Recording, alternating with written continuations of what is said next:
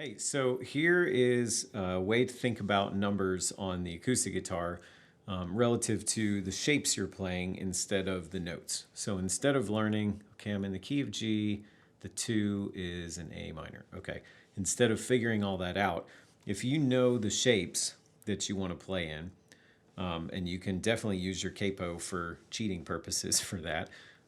If you know the shapes and you know which shapes are which numbers, then they're always going to be the same regardless of moving the capo around or whatever. And it's really one of the most shortcut ways to understand numbers, because you can just add different shapes to your repertoire. I'll show you what I mean. So let's say we're in the key of G.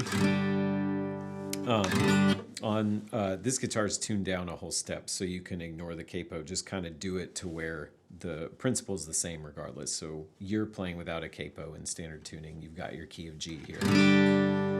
So that shape is your 1, because if we're talking about the major scale, which we are like 90 billion% of the time, then you know that whatever key you're in is going to be your root note or your 1 in the scale. So as long as you know the chord shapes for the key of G, so you've got your G here, you've got your A minor.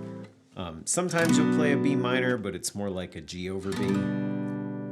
And then you'll have your C, your D, your E minor, and then instead of a full like what would this be?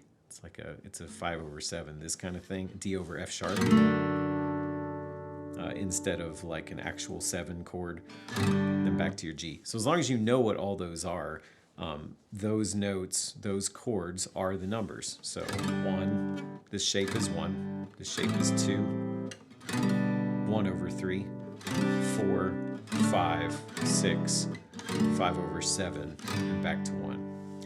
And so as long as you get in your head that when you're playing G shapes, as we'll call them, regardless of where the capo is, the numbers are going to be the same and correspond to the same shapes no matter what. So in the key of G, this is your 1 chord, your 4 chord, your 6 chord, your 5 chord. And then this is your 2 chord, your 1/3 chord, your 5/7 chord. You see where I'm going with that? Let's say we want to play in the key of A instead. Well, we know A is a whole step or 2 frets up from the key of G.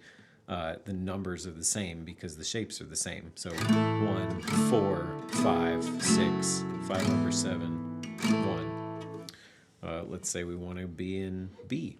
2 more frets up. 1, 4, 5, 6, 5/7, 1. 1/3, 4, 5, 6, 5/7, 1. Your 2 is still there. Your 1/3, your 4, 5, 6, 5/7, 1. All the same. So let's say you want to play a different set of shapes. Like let's say another common one would be D shapes. So you've got your D, we're in the key of D. So then so if you know the shapes in the key of D, D, E minor, D over F sharp, G, A, B minor, and then what is it? That's the 5/7. I can't remember what that is. Some over a C sharp. I guess it's an A over a C sharp. And then back to your D.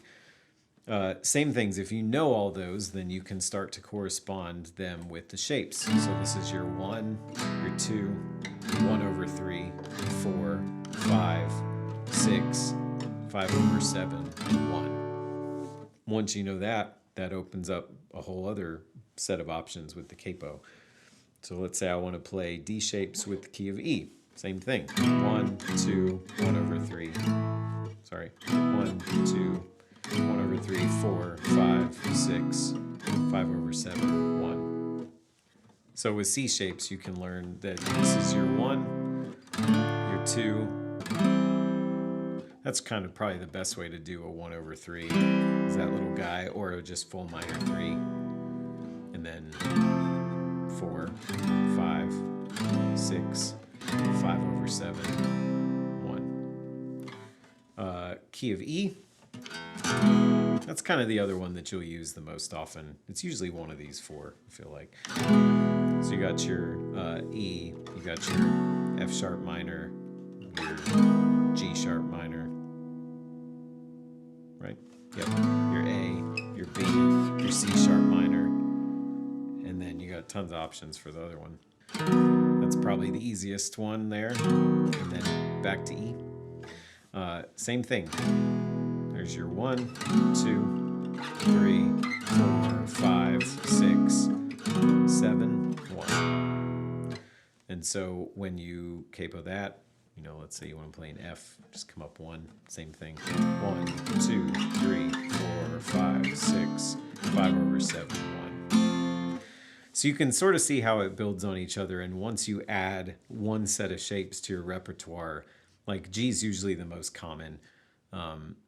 Once you add one of those shapes to your repertoire and you start to correspond the numbers to the shapes, then it's super easy because you can just capo around and you know what the numbers are relative to one another. So hopefully that makes some sense and is helpful on some level. But just let me know if you have a comment or a question or something that doesn't make sense about it. And, you know, maybe that resonates with you and sparks something that makes numbers make more sense. So here's hoping for that, and see ya.